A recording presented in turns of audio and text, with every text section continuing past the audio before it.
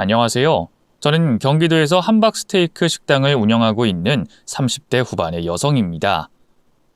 제가 성격이 순진하고 조용해서 사람에게 크게 대이고 뒤통수 맞은 사연이 있는데요.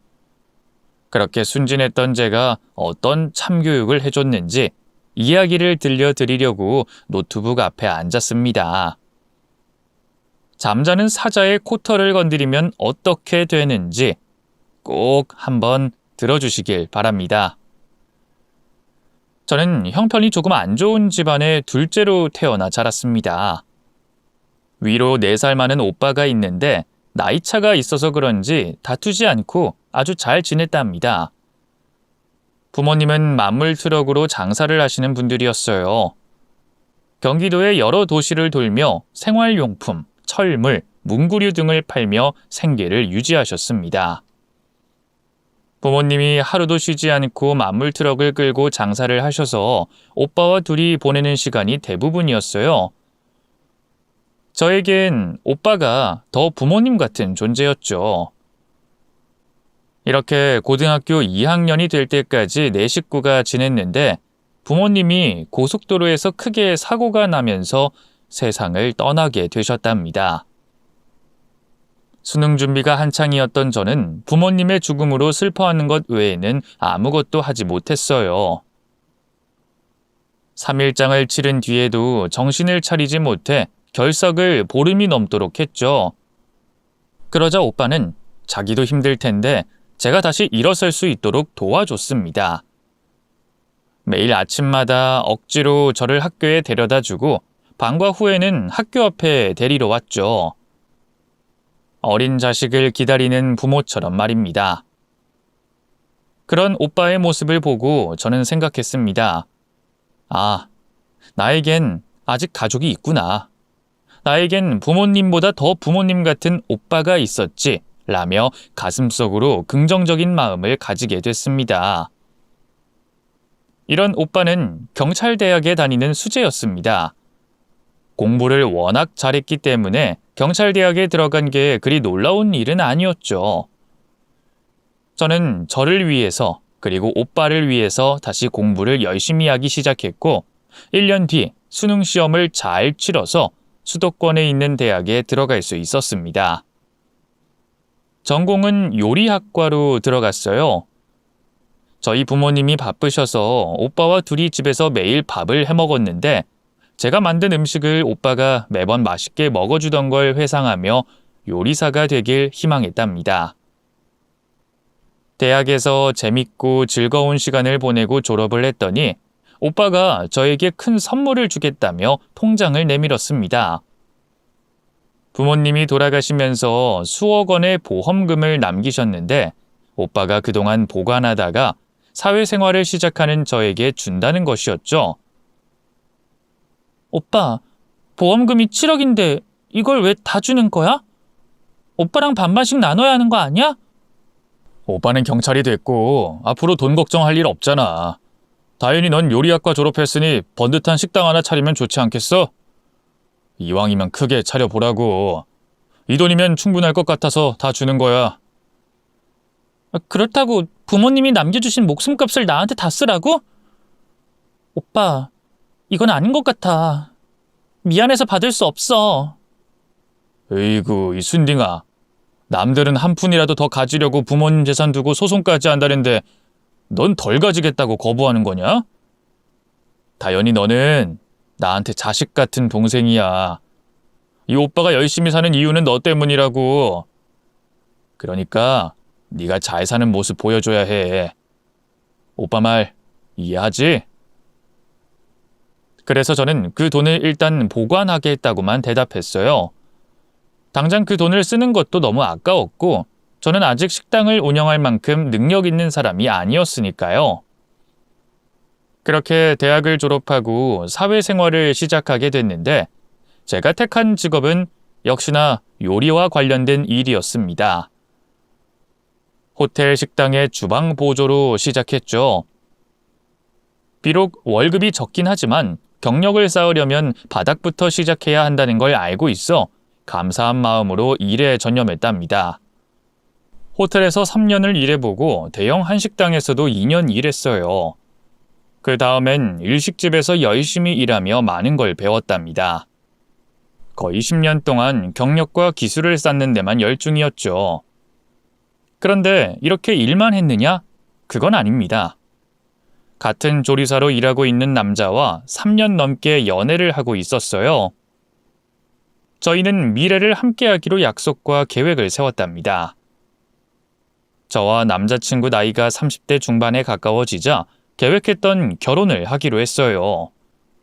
그래서 먼저 저희 오빠한테 남자친구를 소개해 줬는데 성실하고 인성도 좋은 것 같다며 결혼 승낙을 해주더군요. 그런데 남자친구의 어머니가 저를 탐탁치 않게 생각하셨습니다.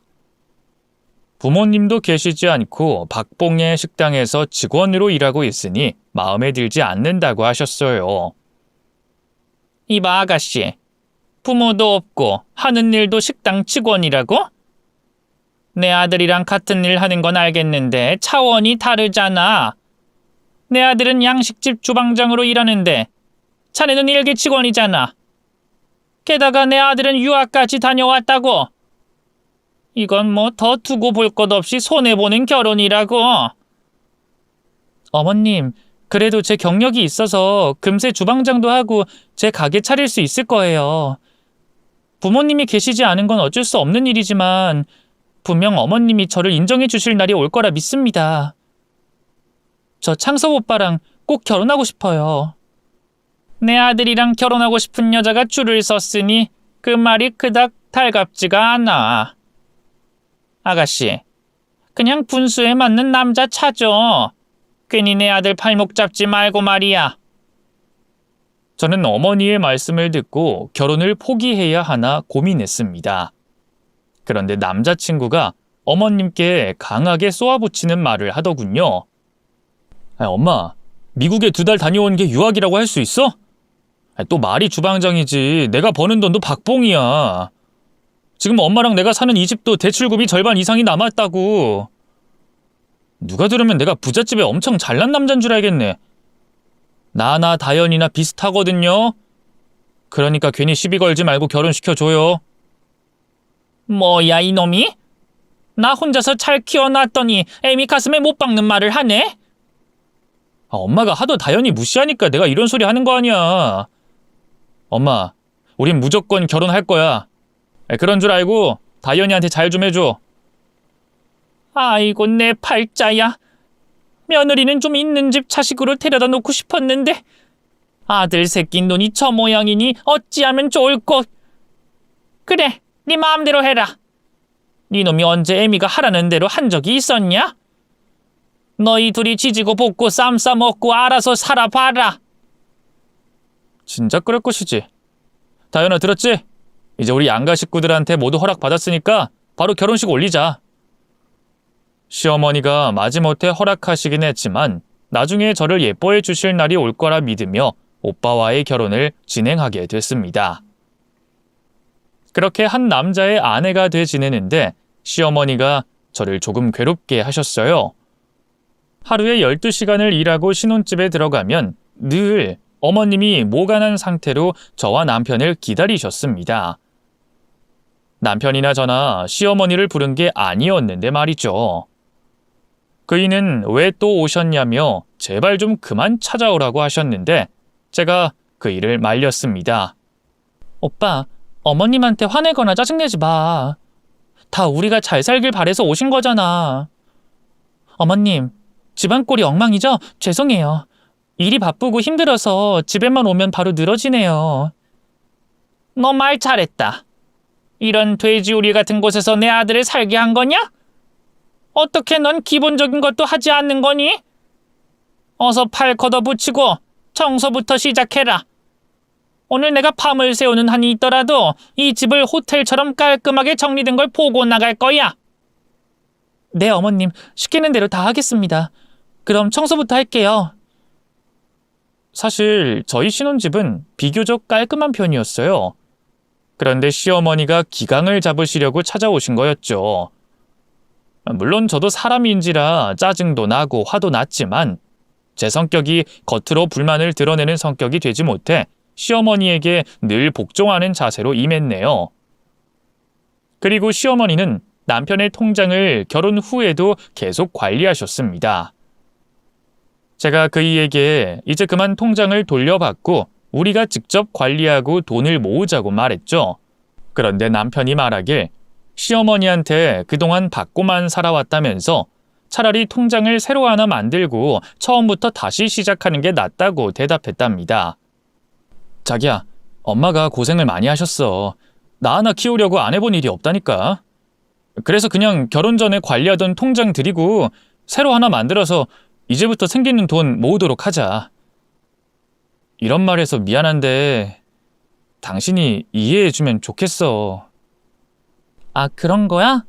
하긴 어머님 노후 자금도 필요하고 앞으로 생활비로 쓰시려면 오빠 말대로 하는 게 낫긴 하겠다.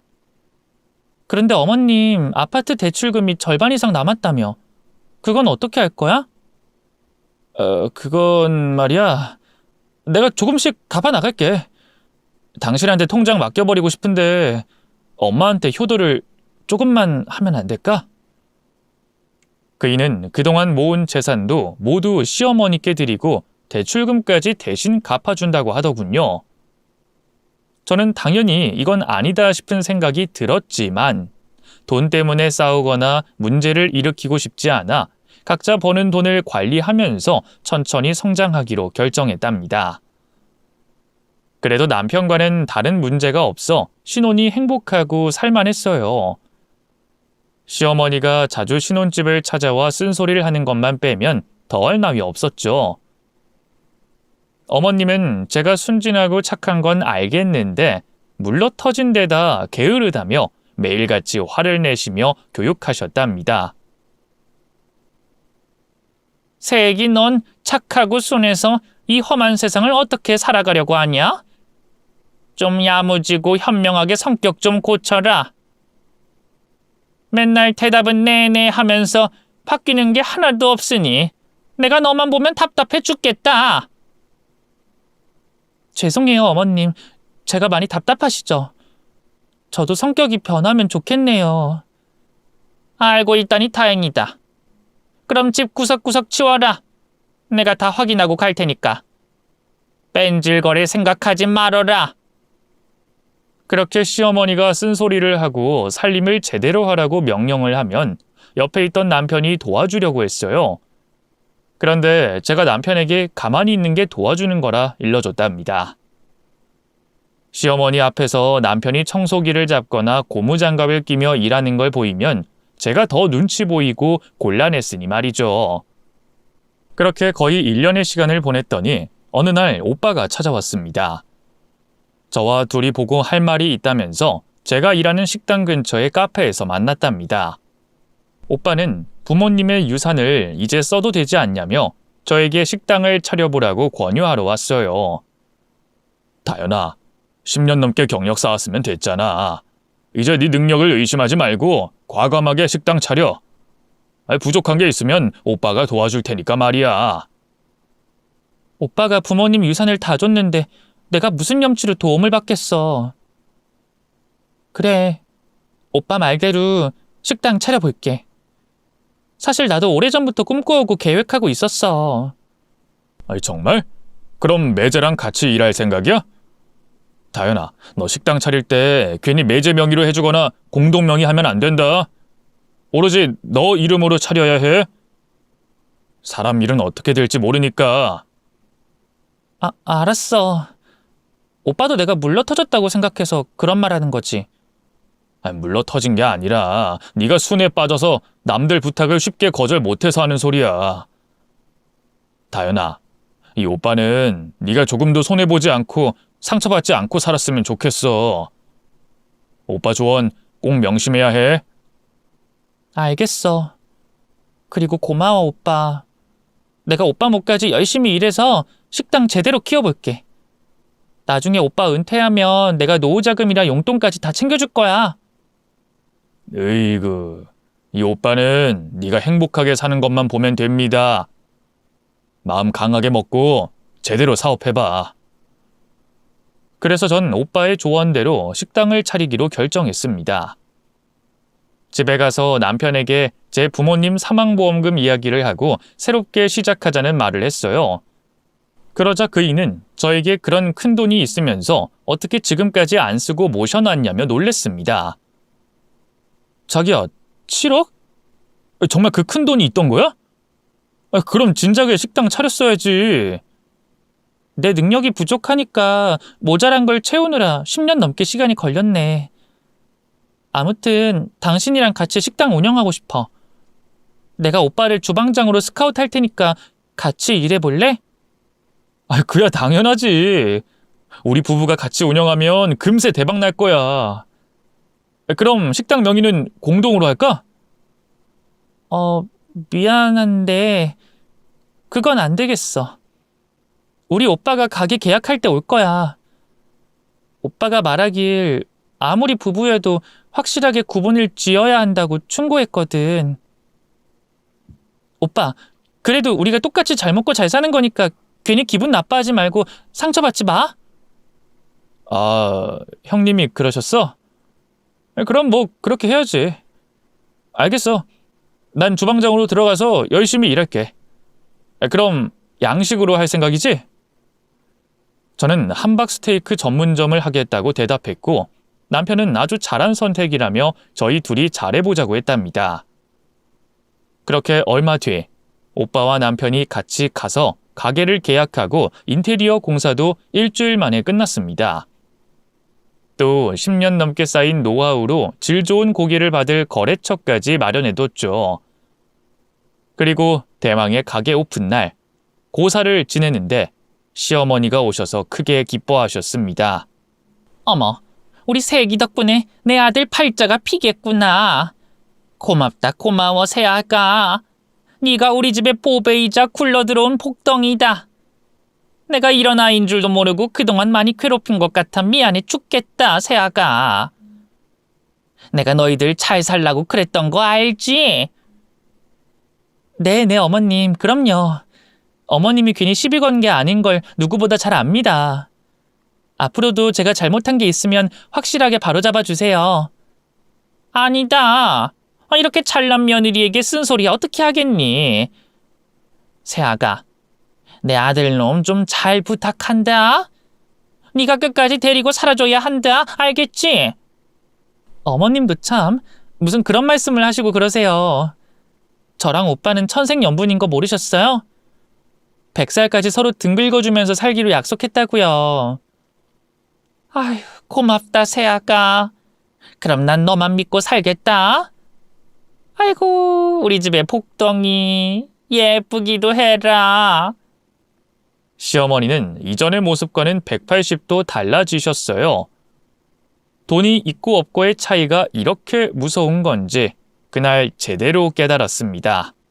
하여간 그렇게 함박스테이크 전문점을 오픈하자 맛있다는 입소문이 돌면서 동네 주민들은 물론이고 타 지역에서도 저희 식당 음식을 맛보러 오는 손님들이 줄을 길게 섰답니다. 오픈과 동시에 대박이 나서 정말 다행이었죠. 제 식당이고 제가 모든 걸 결정하는 입장이니 과감하게 남편의 조리법을 무시하고 제 방식으로 했어요. 소스부터 해서 고기와 야채를 섞는 비율까지 모두 제가 개발한 방식으로 손님들에게 판매했습니다. 남편이 서운해하긴 했지만 손님이 끊이지 않고 들어오는 걸 보며 자기가 틀렸다고 말하며 절 인정해줬죠. 야, 자기 대단해. 순진한 줄 알았더니 고집도 있고 결단력도 있는 거 보니까 천생 장사꾼이야. 그거 칭찬이지? 전에 시어머니가 말씀하셨잖아. 야무지고 현명하게 살라고 말이야. 그 말이 나한테 좌우명이 됐어. 그래서 결과적으로 이렇게 됐잖아. 저는 진심으로 시어머니의 충고와 오빠의 조언으로 이렇게 조금 달라질 수 있었습니다. 그렇게 스테이크 집은 대박 행진을 이어갔습니다. 시작한 지 6개월 만에 한 달 매출이 수천만 원으로 올라가더니 1년을 꽉 채우자 매달 1억 이상의 매출이 나왔답니다. 물론 재료값과 인건비, 임대료를 빼면 절반 정도의 수준이지만 뭐 이 정도만 해도 성공한 거라 생각했죠. 그렇게 돈을 열심히 벌고 모으며 지내고 있었는데 어느 날 시어머니가 신혼집으로 찾아와 말도 안 되는 걸 요구하셨습니다. 새아가, 너희 요즘 월 매출이 억을 찍는다면서? 이야, 정말 대단하다. 근데 말이야, 너희 돈을 얼마나 모았니? 네? 그냥 부족하지 않을 만큼 모았어요. 그런데 갑자기 왜요? 왜는 일본 놈 이불이 왜고? 내가 좀 알고 싶어서 그런다. 니들이 잘 나갈 때 돈을 잘 모아야 하는데 혹시나 흥청망청 쓰는지 알고 싶어서 말이야. 네? 그건 좀... 어머님, 제가 사치를 부리는 사람이 아니니까 괜한 걱정하지 마세요. 제가 알려주고 싶지 않다고 돌려 말하자 시어머니와 남편이 저를 빤히 쳐다보더군요. 남편도 얼마나 모였는지 모르니까 통장을 공개해달라고 덧붙였답니다. 그래서 저는 한 식구고 하니 통장을 가져와서 펼쳐 보여드렸어요. 그러자 시어머니가 화들짝 놀라며 말씀하셨습니다. 아니 이게 뭐야? 월 매출이 그렇게나 많은데 모인 게 겨우 이거야? 적금된 거 빼고는 아무런 재테크를 하지 않은 거니? 네, 어머님. 제가 은행 말고는 다른 건 믿질 않아서요. 아이고, 새아가. 넌 아직도 순딩이가 따로 없구나.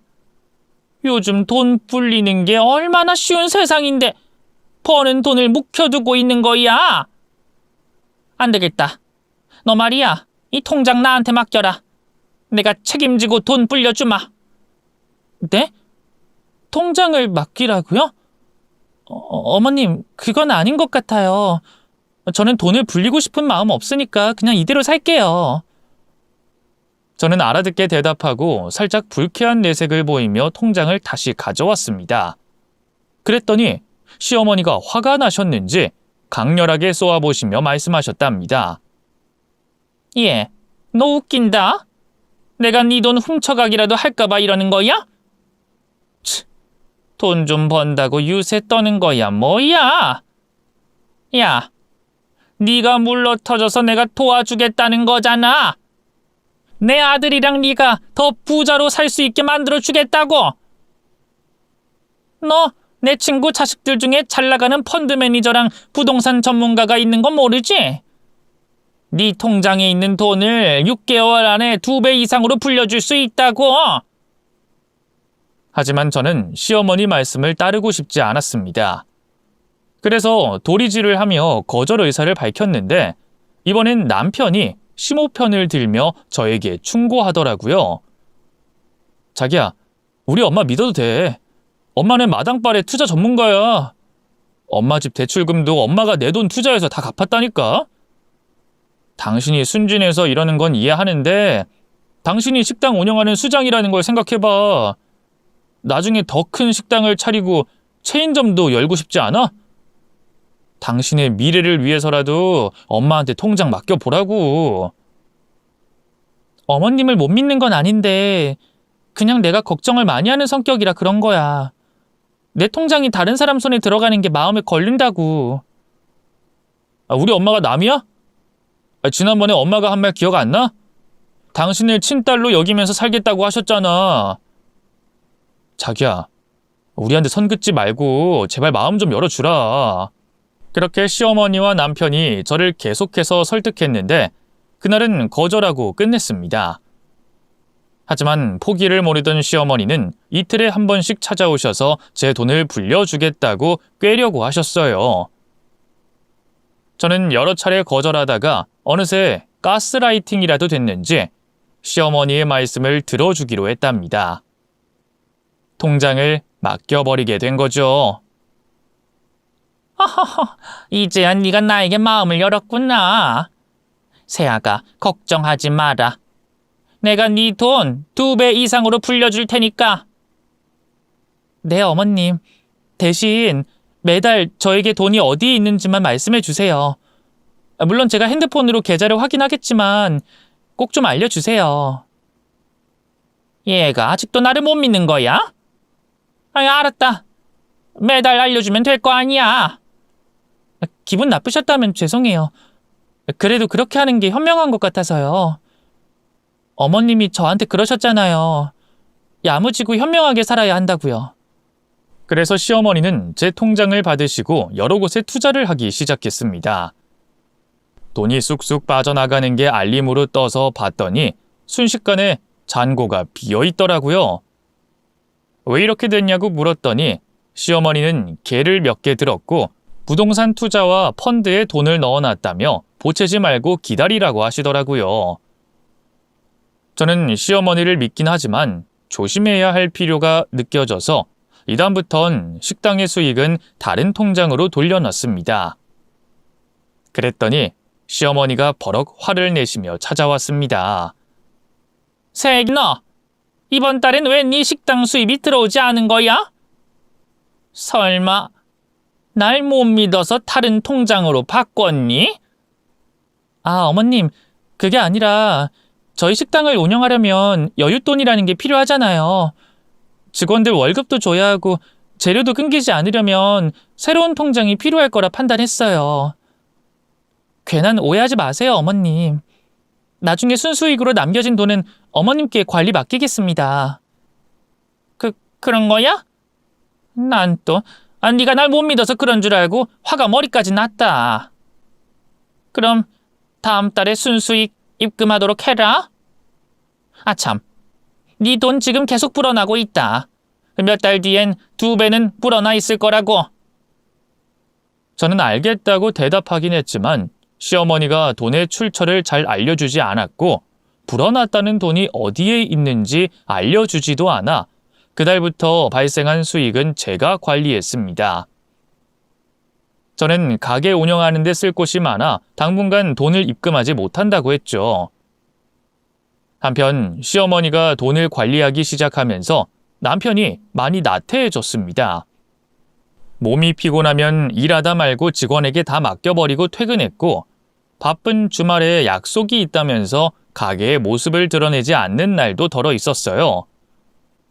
저는 그이의 행실이 뒤바뀐 게 마음에 들지 않아 따끔하게 한 소리 했답니다.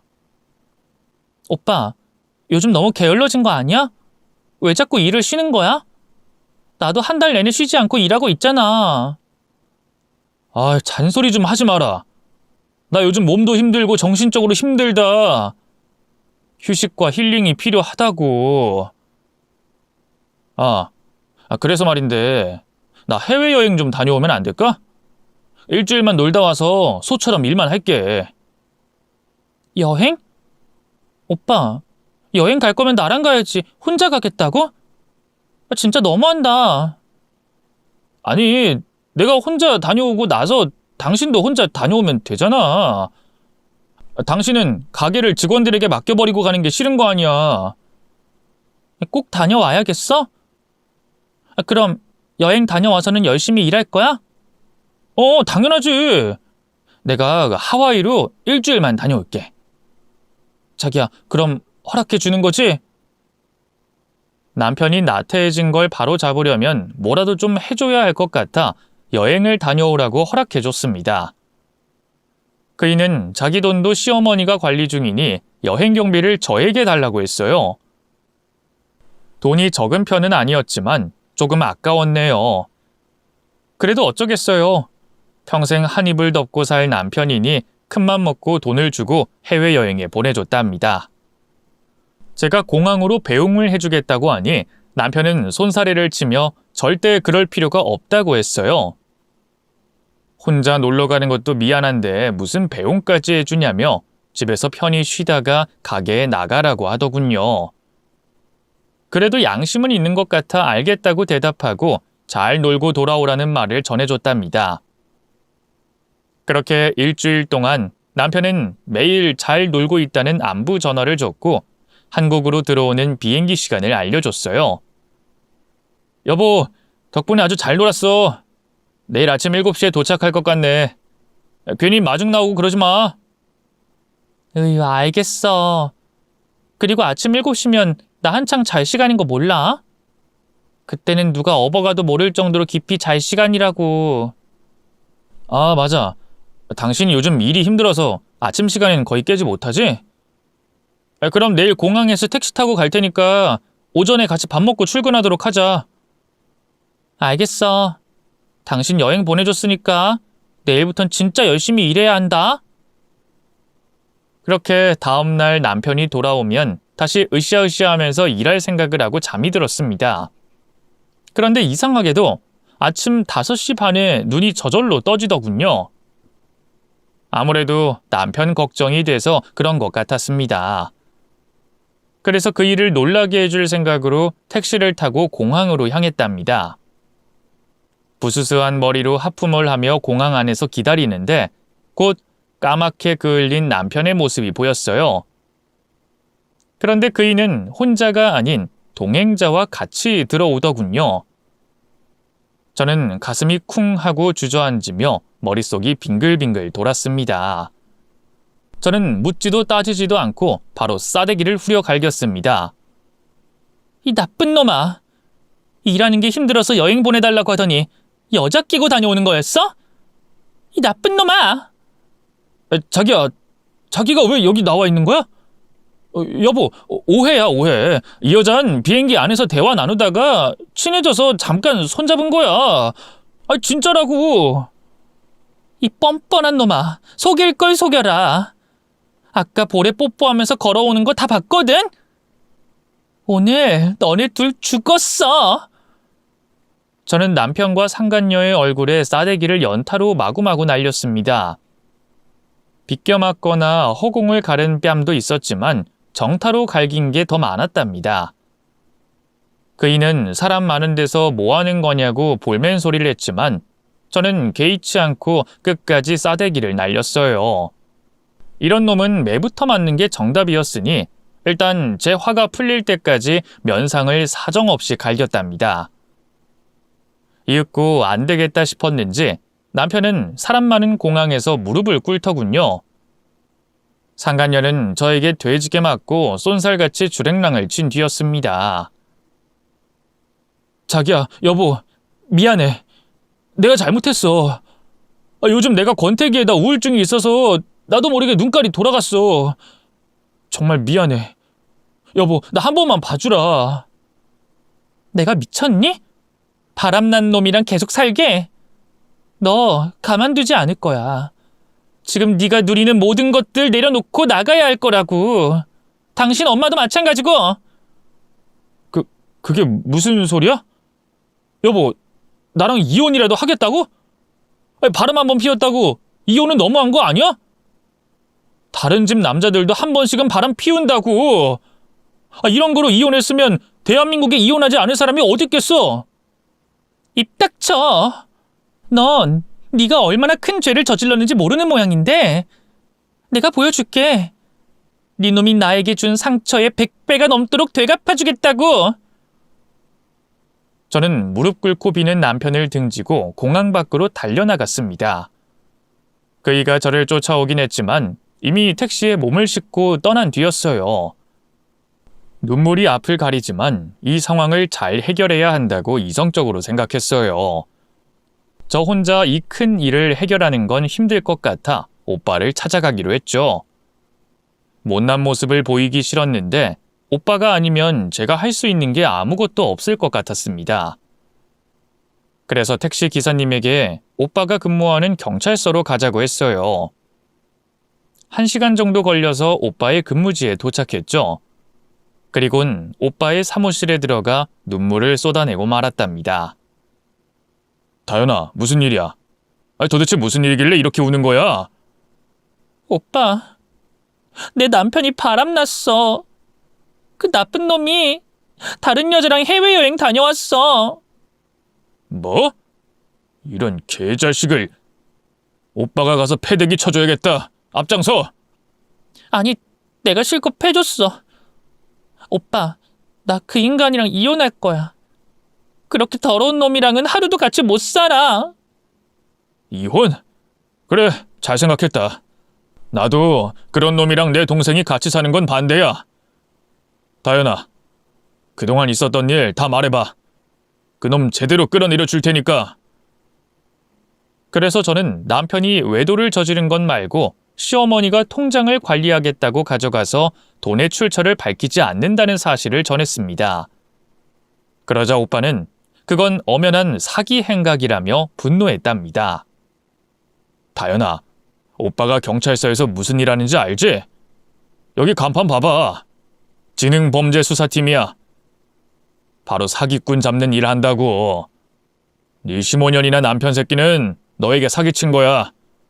그것들 내가 끝장내줄 테니까 걱정하지 마.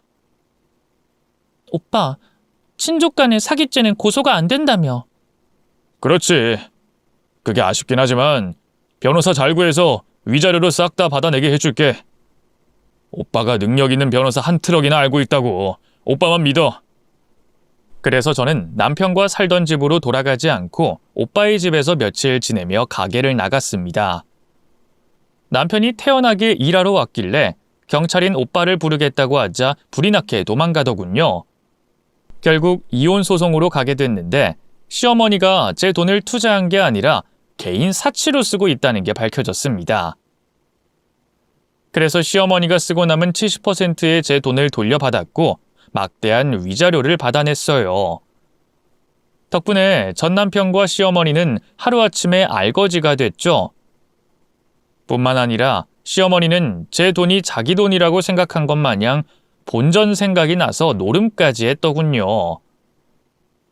전 남편과 시어머니의 유일한 재산인 시댁 아파트가 경매로 넘어가고 말았습니다.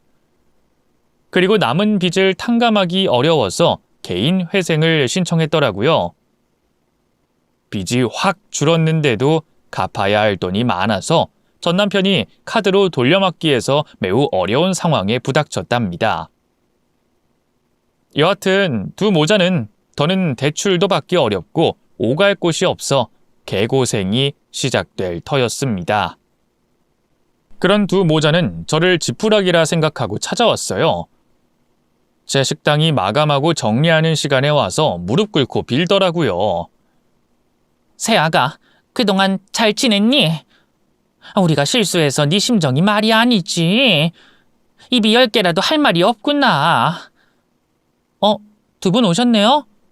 안 그래도 두 사람이 오실 거라 예상은 하고 있었어요. 아, 그래? 그럼 너도 내 아들 아직 못 잊은 거니? 재결합 의사가 있는 거야?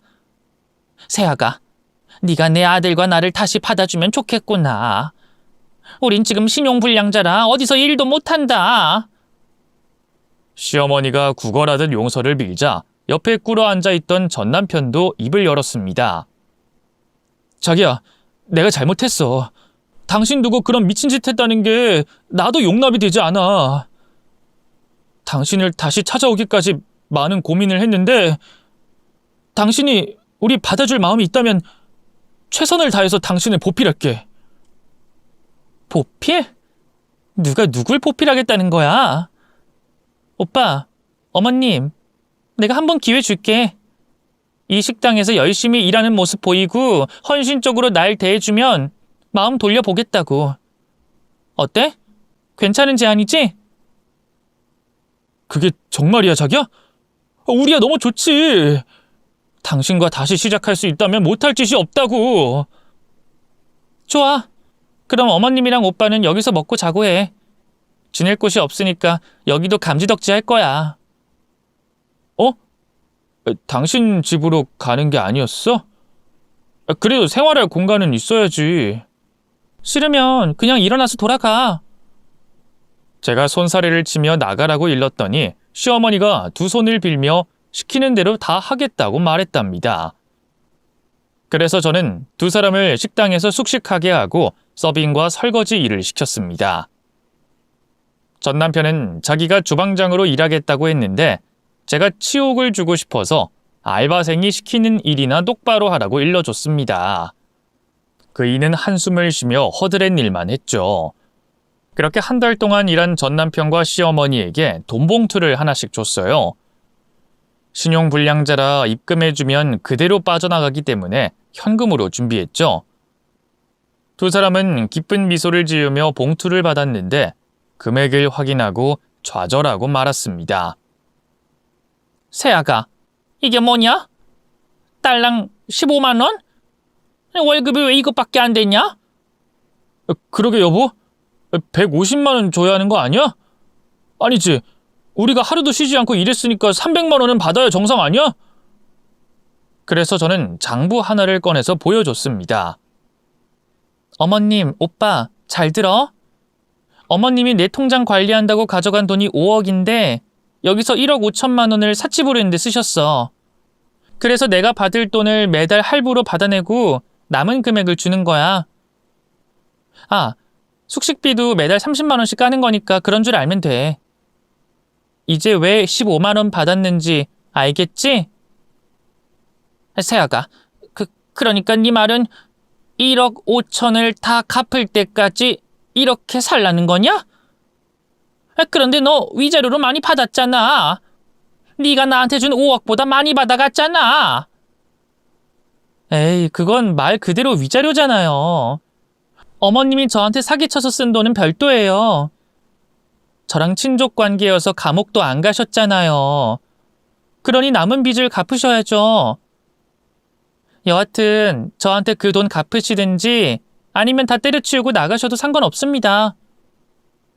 나는 두 사람이 진심을 보여주면 재결합할 생각이었는데 아쉽네요. 그랬더니 두 모자가 속닥거리며 대화를 나누더군요. 엄마, 설마 다현이가 1억 5천만 원 다 채워서 받겠어? 그냥 우리가 노력하는 걸 보여주면 되잖아. 얼마 못 가서 우리를 식구로 받아줄 거라고. 그러니까 그냥 봉사한다 생각하고 여기서 지내자. 그런가? 아니 그래도 이건 너무하잖아. 15만 원으로 한 달을 어떻게 보내냐? 엄마, 우리가 지금 다른 데 가면 일할 수 있을 것 같아? 요즘은 노가다도 신용 불량자는 일 안 시켜줘. 아유, 알았다. 새애기가 마음이 풀릴 때까지 버텨보자. 몇 달 뒤엔 넌 새애기 집으로 들어가고 나한테도 집 한 채 해주겠지. 좋다. 여기서 고생해서 진심 보여주자고. 두 모자는 마음의 결정을 했다며 저희 가게에서 쭉 저에게 진 빚을 갚아가며 일하겠다는 의지를 밝혔습니다.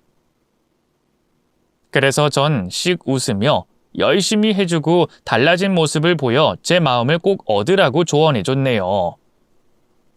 그렇게 두 모자는 3달 뒤에도 6달 뒤에도 군소리 없이 노예처럼 식당에서 먹고 자며 일만 죽어라 했습니다. 그리고 두 모자가 1년을 채우자 제가 식당에 새로운 사장을 데리고 왔어요. 시어머니는 갑자기 새 사장이 무슨 말이냐고 놀라서 묻더군요. 아니 새아가, 이게 무슨 소리냐? 저 남자가 왜 새 사장이 된다는 거야? 그럼 너는 설마 가게를 팔았니? 아니요.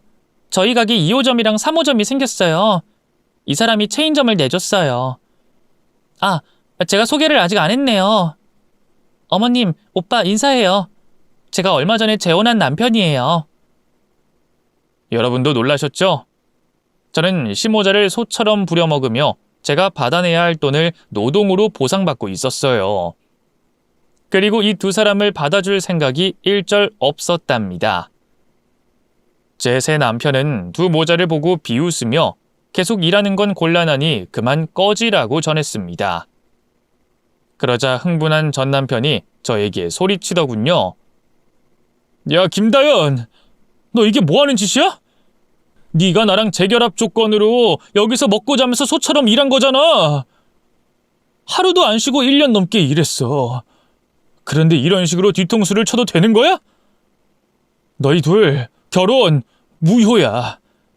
다연이 넌 내 마누라라고. 오빠, 정신 나갔어?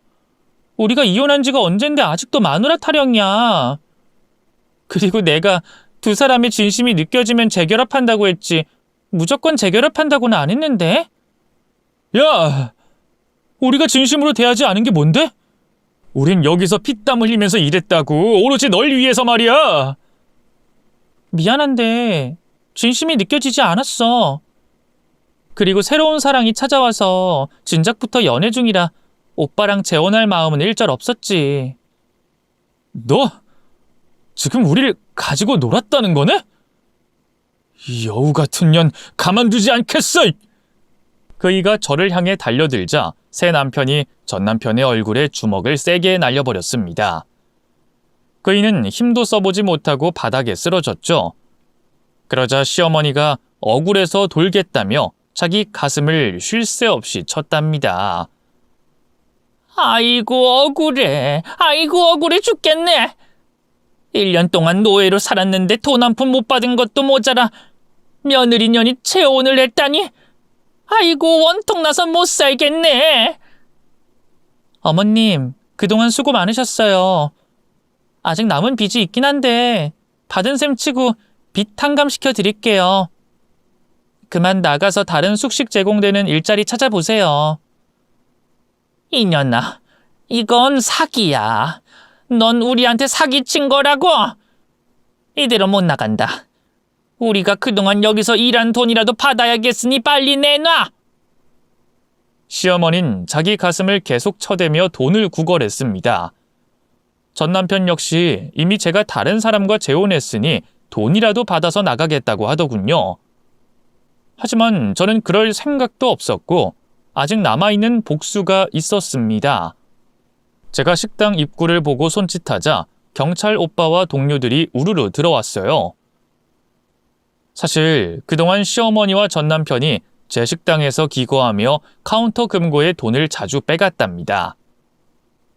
티가 안 나게 몇만 원씩 슬쩍하는 게 CCTV에 수십 차례 찍혀서 모두 증거로 남겨뒀죠. 저는 경찰 오빠한테 절도죄로 시모자를 잡아가 달라고 말해뒀답니다. 형사들이 두 모자에게 미란다 원칙을 고지하고 수갑을 채우자 두 사람은 억울한 표정을 지으며 오열했습니다. 새아가, 이게 무슨 일이냐? 아니 월급 15만 원 받는 게 모자라서 슬쩍 돈 좀 꺼내 썼다고 도둑놈으로 잡아가다니. 이건 말도 안 돼. 난 억울해서 이대로 못 끌려가. 야 김다연, 네가 이러고도 사람이야? 돈 한 푼 못 받고 쫓겨나는 것도 억울한데 우릴 감옥에 보내겠다고? 이 나쁜 년아, 당장 우릴 풀어줘! 저는 두 모자를 보고 깔깔대며 비웃어줬습니다. 오빠, 어머님, 전에 나한테 사기치고 감옥에 못 간 거 이번에 간다고 생각하세요. 그리고 도둑질한 건 사실이니까 벌 받으셔야지. 모두 인과응보니까 즐거운 마음으로 가라고요. 아이고 새아가, 너 왜 이렇게 변한 거니? 너 착하고 순한 애였잖아. 아이고 어머님, 제가 이렇게 변하게 된 건 다 어머님 덕분이에요. 야무지고 현명하게 살라고 하셨잖아요. 그래서 현명하게 이혼해서 위자료도 받고 제가 받아야 할 빚을 노동으로 보상받았잖아요. 이제 감옥까지 보내게 됐으니 정말 현명하게 일이 풀렸네요. 어머님, 저 이 정도면 꽤 야무진 년이죠? 이 독한 년, 양의 탈을 쓴 살쾡이가 따로 없구나. 무서운 년, 내 평생 너처럼 잔인한 년은 처음이야. 네, 그래야겠죠. 그렇게 느끼고 떠나셔야 제가 제대로 복수를 했다고 생각할 테니까요. 상습절도로 들어가는 거니까 그냥 절도보다 조금 더 오래 살 거예요. 아참, 두 사람 모두 신용불량자라 나중에 출소해서 나와도 오갈 곳이 없겠네요. 그러게 착한 사람을 왜 건드려서 이 난리를 쳤어요? 어머님, 제 돈 갈취해서 막 쓸 땐 좋았죠? 오빠, 바람 피울 땐 좋았지? 그거에 대한 벌이니까 달게 받도록 해. 그럼 두 사람 모두 굿바이. 제가 조롱하듯 작별 인사를 하자 시모자는 미친 듯이 발광하며 저에게 달려들려고 했어요. 하지만 형사들에게 꽉 붙잡혀서 아무 짓도 하지 못했답니다. 두 사람은 결국 상습절도죄로 감옥행이 당첨됐네요. 이렇게 잠자는 살쾡이의 코털을 건드린 시모자의 최후가 지옥으로 떨어지며 끝이 났습니다. 그리고 제 부모님 같은 경찰 오빠는 얼마 뒤 같은 경찰관과 결혼을 했답니다.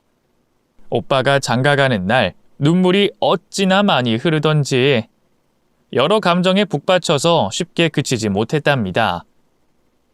이후로도 오빠와 저는 세상 어디에도 없는 다정한 남매로 잘 지내고 있답니다. 또 저와 새 남편과 스테이크 식당 3개를 운영하며 돈을 긁어 모으고 있어요. 그이는 저처럼 장사로 자수성가한 사람이었는데 저보다 사업 수완이 좋아 손님들을 더 많이 끌어모았답니다. 그래서 아주 바쁘게 지내고 있네요. 이제야 제대로 된 남편을 만나 행복을 찾은 것 같아요. 저는 지금 임신 중이고 겨울 때쯤에 엄마가 될 것 같습니다. 제 사연은 여기서 막을 내려야겠네요. 재밌게 들어주셨다면 댓글로 전 남편과 시모를 많이 욕해 주시고 저와 새 남편의 미래를 많이 응원해 주시길 바랍니다. 감사합니다.